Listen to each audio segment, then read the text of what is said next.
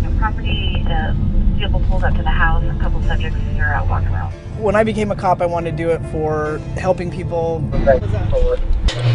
making them feel safer. Copy that. Doing, kind of for the greater good.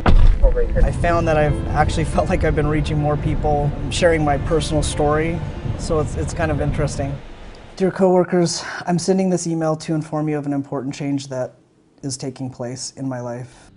Right now I'm in the process of seeking gender reassignment from female to male. I've been diagnosed with this condition called gender dysphoria. On July 9th of 2016, my name will legally be changed to Jaime Deer. I consider you all a part of my family, and although I'm realistic enough to know that everyone will not readily accept me, I ask merely that you recognize the fact that this decision has been reached after years of unhappiness. I fully expect your tolerance, and if you can, supply your friendship. Jamie. Roy 50, the vehicle's unoccupied. I'm going to be on foot around the facility and code 4.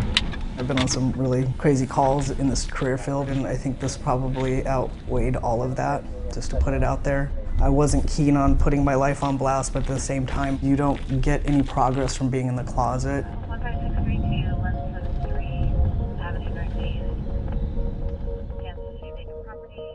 Another one said, "Hi Jamie, your story and video is very inspiring. I've been in the process of taking testosterone myself and applying to the police department. Your story gives me hope that I can find acceptance and a more comfortable life. Thank you."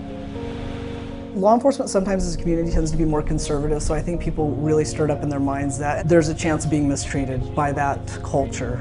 Individuals are afraid they're going to be treated horribly or discriminated against or lose their job, and in some states I'm almost positive that would happen. Hopefully we're getting past that in certain areas. I know here in King County and Seattle we are. When I sent the email to the sheriff, there was no policy in place on what steps or guidelines that a department member needed to take if they were transitioning. From there, they've now have one. People's responses were actually really positive and supportive, and people are starting to show more visibility and in areas that you wouldn't think it would be so safe to do so. And that helps because then we get a wider range of representation for the community. Now this is one of the reasons why I work graveyards, so you have all the peacefulness when the sun starts to come up. Oddly enough, I found it easier to come out as transgender in the law enforcement community than I have found in the LGBTQ community, coming out as a police officer, admitting I'm a police officer.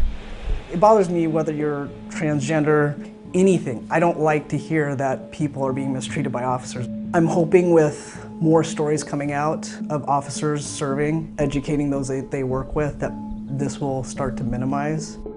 We have a lot of healing to do in both communities, so I think as we move along, I think it'll get better.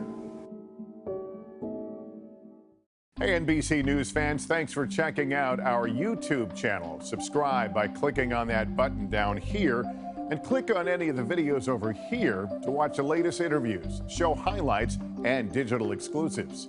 Thanks for watching.